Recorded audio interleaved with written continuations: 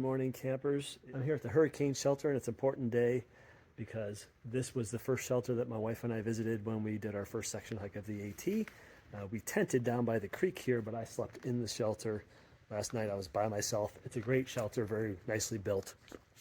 So that's one reason why yesterday and today were important. The other reason today is important is because I'm going to be entering Grayson Highlands, and I'm hopefully going to see the ponies today. That's the other problem. I'm running out of space on my phone, so I'm just going to make this quick. You're going to see an introductory video. I'll shoot video of anything that's really, really great. Otherwise, it's going to be still photos. I want to get footage of the ponies. I've got 3 more days out here before I get to town and can edit videos and upload them and get them off my phone. Today, I have 16 miles to get to the Thomas Knob shelter.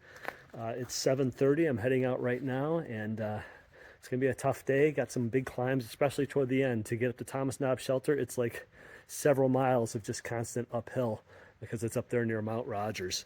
So an exciting day. It's a beautiful day. Get to see the ponies again. I hope they're up there. I guess we'll find out. So I'm off and running.